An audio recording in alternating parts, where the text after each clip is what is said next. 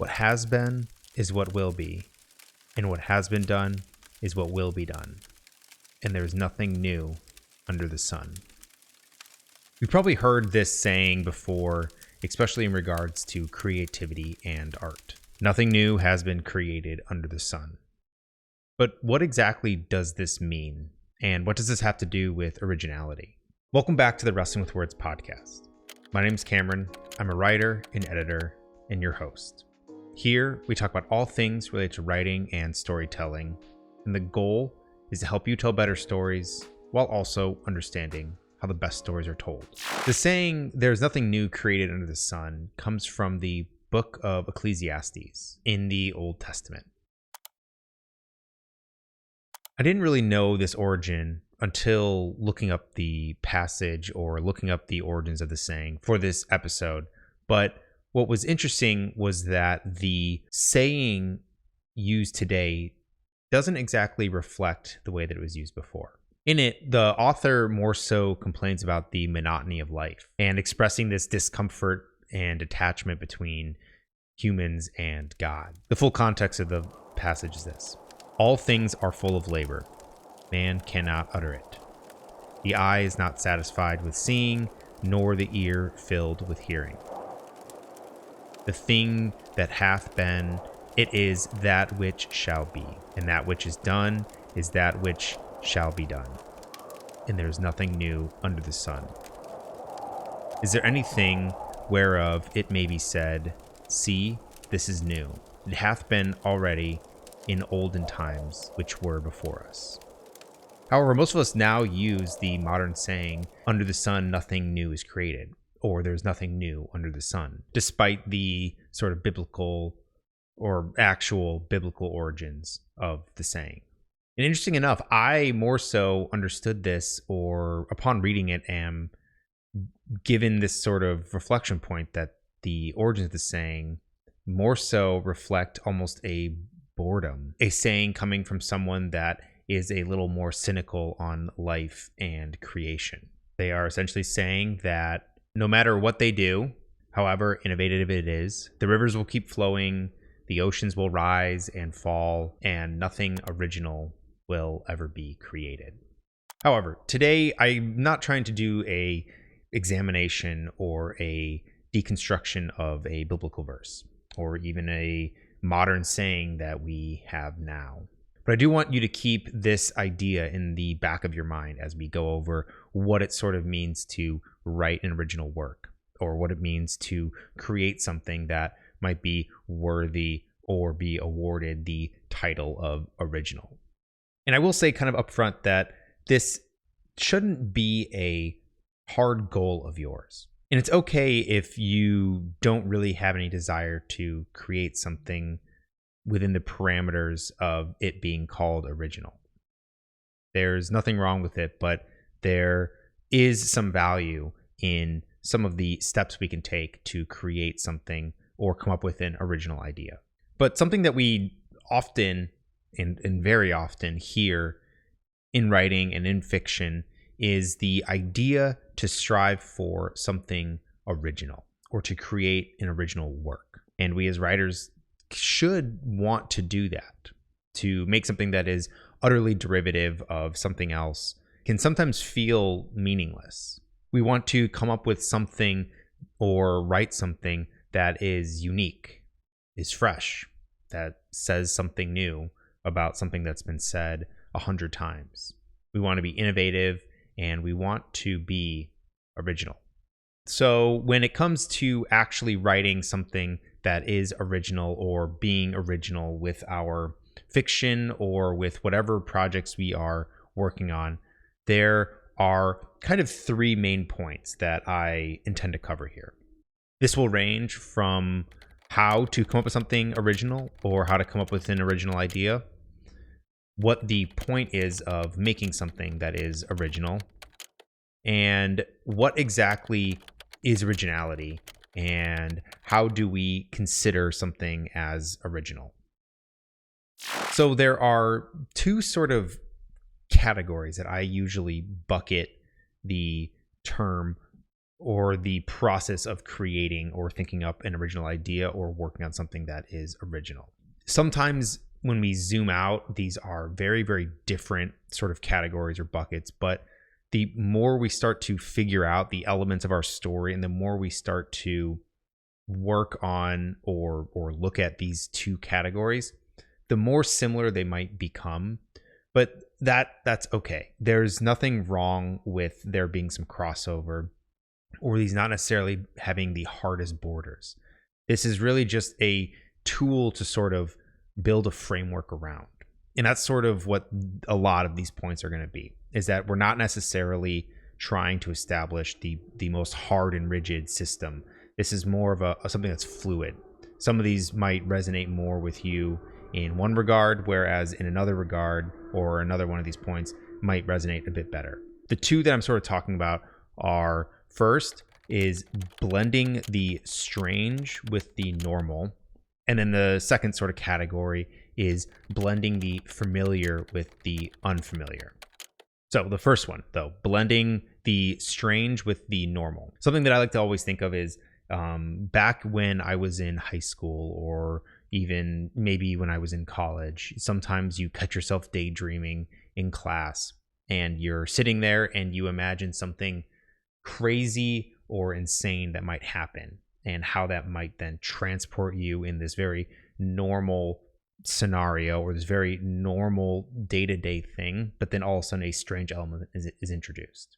And blending the normal with the strange is something that is done all the time in both science fiction and fantasy, but also, and I think we can see the more distinct lines in horror.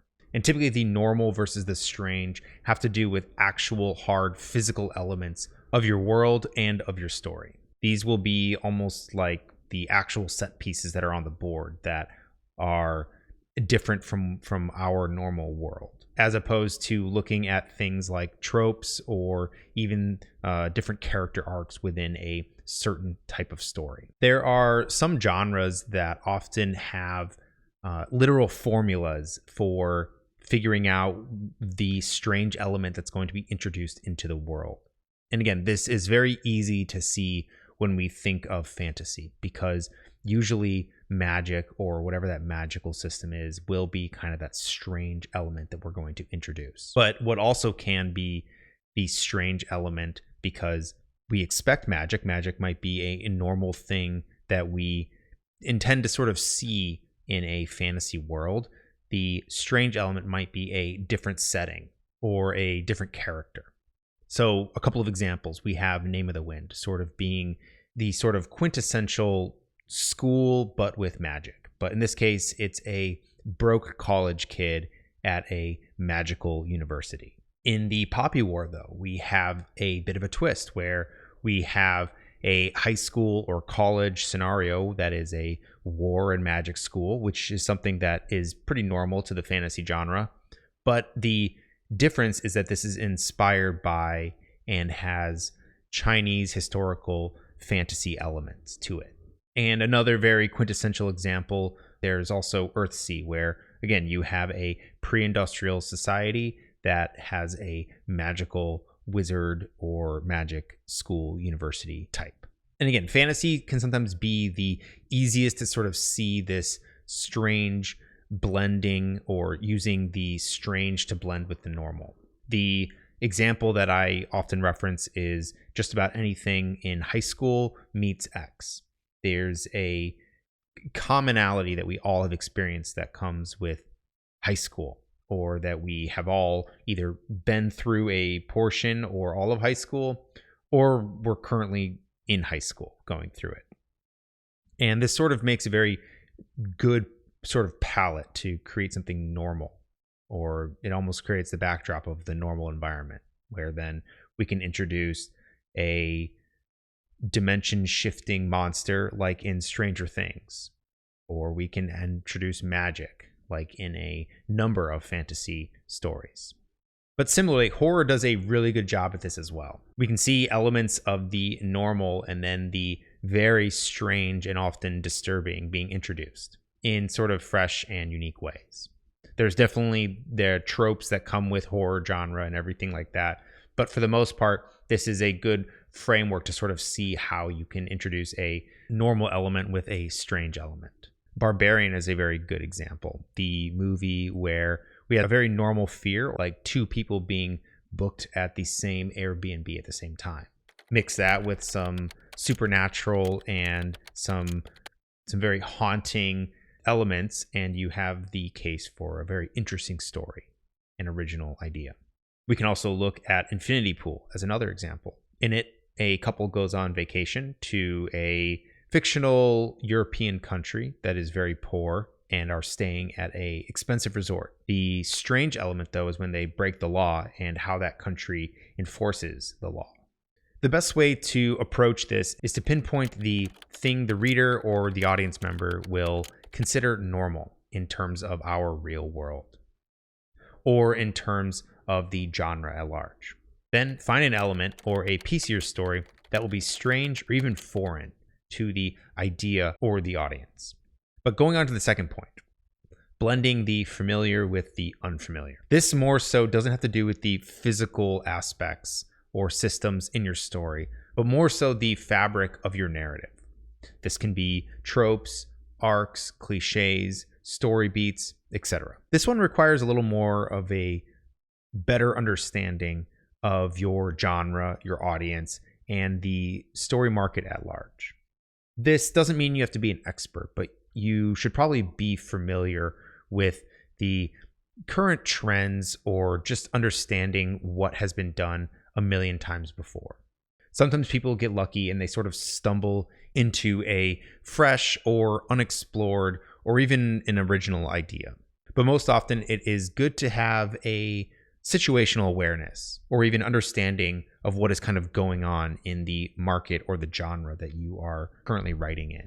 This will help you avoid using cliches or tired tropes. And this should be kind of easy for you because whatever we're writing, whether it's books, movies, or video games, we should be consuming that media as well. This won't necessarily always just help you with writing something original or coming up with an original idea, but this will also help you manage expectations and actually tell a better story. And that's sort of exactly what the familiar and the unfamiliar is.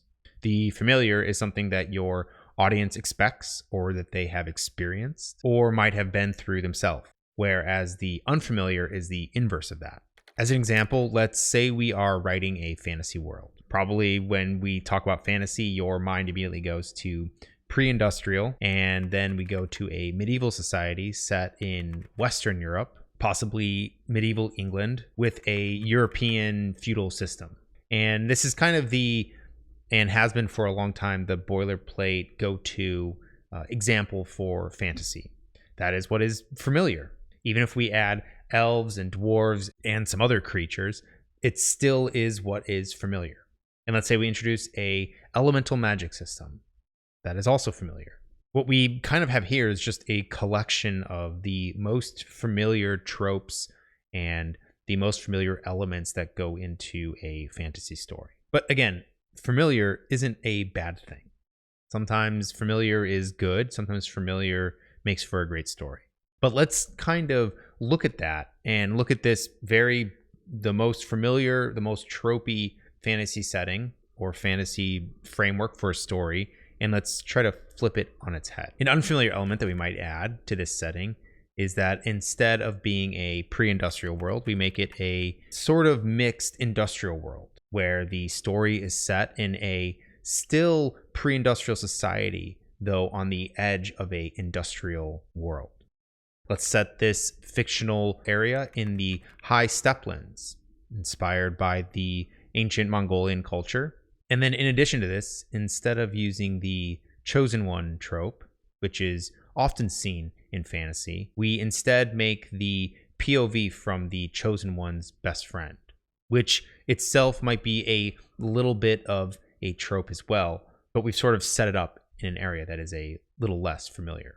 As we go through sort of that bit of deconstruction, we can kind of see the crossover of familiar and unfamiliar, strange and normal. But again, this is The familiar things that we were talking about in this example were specifically referencing the idea that these are all elements, these are all story elements that our audience will recognize or that our audience has seen before in this order or with these other components. In this way, the familiar elements will, of course, be your plot, the structure, and the implementation of your setting. What arcs you're going to be using for your characters and the overall narrative. And sometimes the strange or even unfamiliar element that we introduce to our audience might be the combination of two familiar things. Sometimes it's that combination of a familiar and a familiar, or a normal and a normal, that becomes the unfamiliar or the strange. Some examples of this could be introducing an alien invasion and a time loop. Both of these are common and even familiar in the science fiction genre.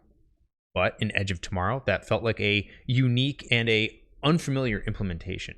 Or this one might be a little bit of a stretch, but being single and wanting to find a partner while also being in a hotel. Both of these are very normal things, but put together, it becomes a very strange film, like in The Lobster. Or even we can combine a coming-of-age story with a science fiction western. Both of these are very common. The setting, we've seen plenty of sci-fi westerns, and how many countless coming-of-age stories have you heard, read, or seen? But in Prospect, this felt like a very unique blending. And I'll add another caveat to this already long section. But the thing with familiar and unfamiliar, strange and normal, is that these things can come and go. What might have been strange, or what might have been normal, or what might have been familiar, or might have been unfamiliar 5, 10, 15 years ago, are not the same that are today. And what is all those things today will not be the same tomorrow, or in 5, 10, 15, 20 years from now. 5 or 10 years ago, the malevolent AI trope was something that was kind of fresh and saw its sort of peak market in the early 2000s-ish. Now, depending on when you're watching this, of course, that might have changed. There might be more of a push for benevolent AI, or there was kind of a push that benevolent artificial intelligence was something that was seen as unfamiliar or as original. At the end of the day, though, these categories are largely similar. As long as you understand that your goal is going to be blending something the reader has seen with something that they haven't seen, or even subverting something that they have seen, you are on the right track to having something be considered original. Okay, that was a little bit more technical, and I feel like there will probably be some disagreement over what is actually considered familiar and unfamiliar. But again, this is something that can sometimes change and isn't necessarily ascribing a good and bad. If something is normal or familiar, that doesn't mean that it's a bad thing. If something is unfamiliar or strange, that doesn't mean it's a good thing. But again, this is something that you will more so have a better idea of recognizing and implementing the closer you are to the genre and the more that you're consuming and interacting with it. So this will sort of help you reframe how you think of familiar, unfamiliar, strange, and normal, and sort of the elements in storytelling. There are some questions that I want you to sort of ask yourself, or that you should kind of keep in the back of your mind while you're writing.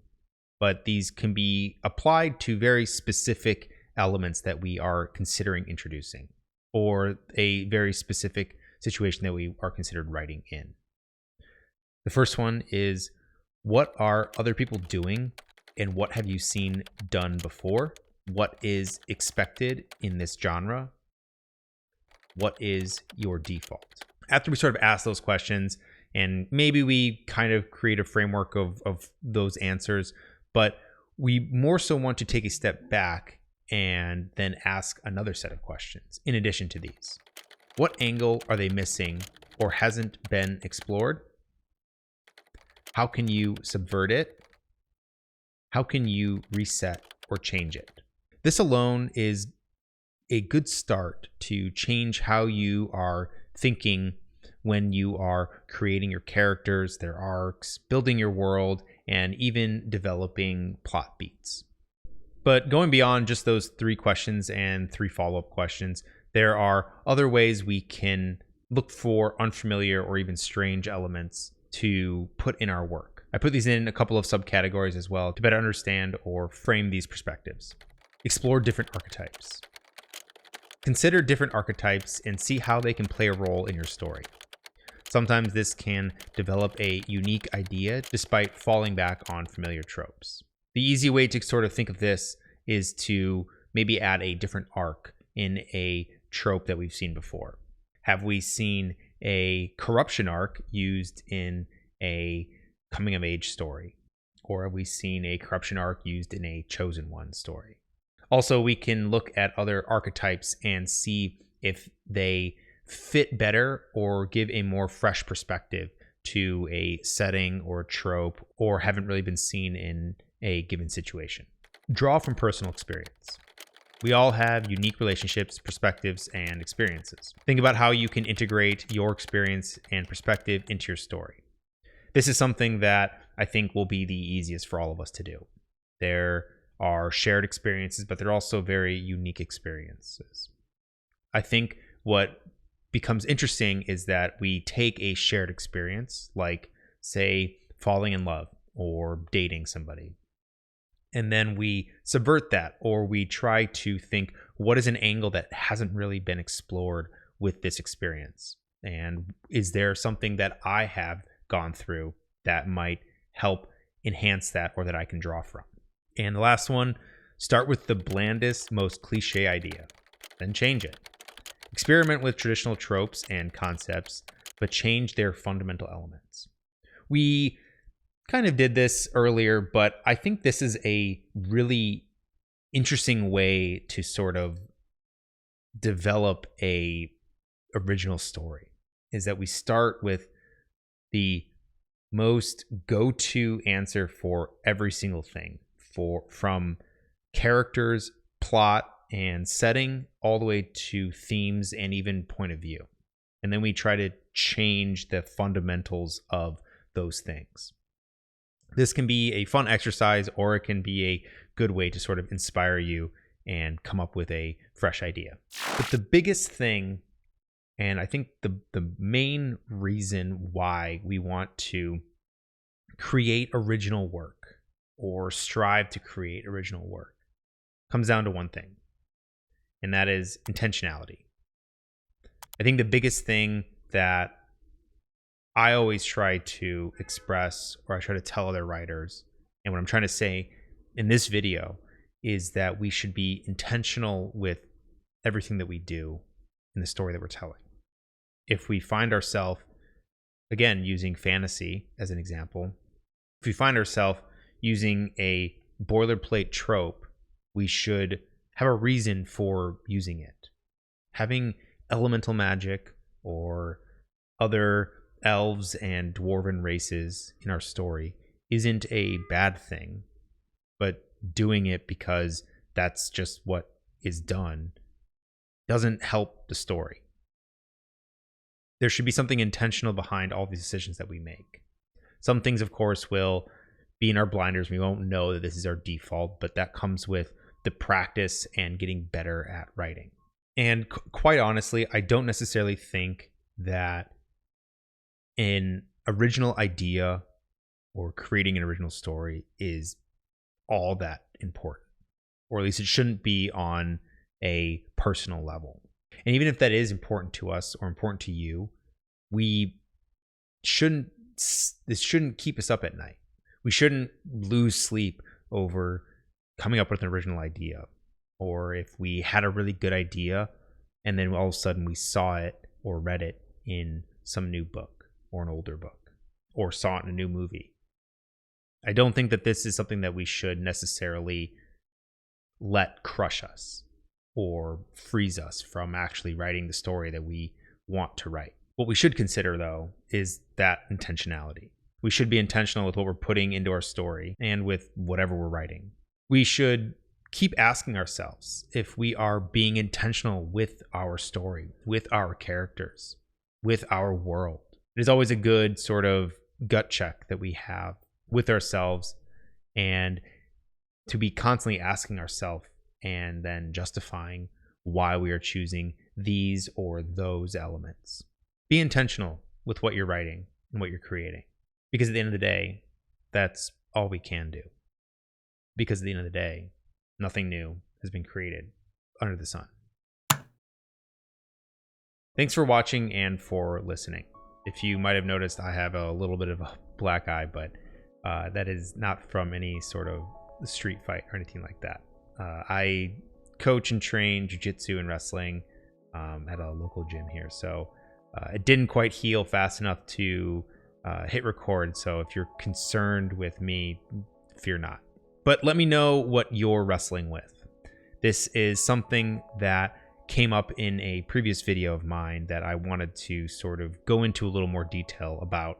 But again, let me know if originality, or if the familiar, unfamiliar, strange, and normal are things that you've considered, or what your thoughts are on these concepts. I always look forward to hearing from all of you, and I'll be sure to reply to as many comments as I can. Thanks for watching. Thanks for listening. And I'll see you next time.